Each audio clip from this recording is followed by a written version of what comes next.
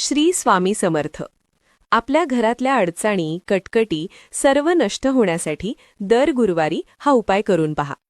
गुरुवारच्या दिवशी जेव्हा आपण देवपूजा करतो, संध्याकाळच्या वेळेस 6:30-7 वाजेदरम्यान, त्यावेळी एका तांब्यामध्ये शुद्ध पाणी घ्यायचं आहे. त्यामध्ये हळद, कुंकू, चिमूटभर तांदूळ टाकायचे. तो तांब्या देवघरात ठेवायचा. त्यानंतर दिवा, अगरबत्ती लावायची. हात जोडून प्रार्थना करायची, हे देवा, आमच्या घरातून सर्व दारिद्र्य, गरिबी, नकारात्मकता, वाईट शक्ती, सर्व कटकटी नष्ट होऊ दे. बस एवढं बोलून नमस्कार करून आपली जी पूजा सेवा आहे ती करायची आणि तो तांब्या गुरुवारच्या दिवशी रात्रभर तिथेच आपल्या देवघरात राहू द्यायचा.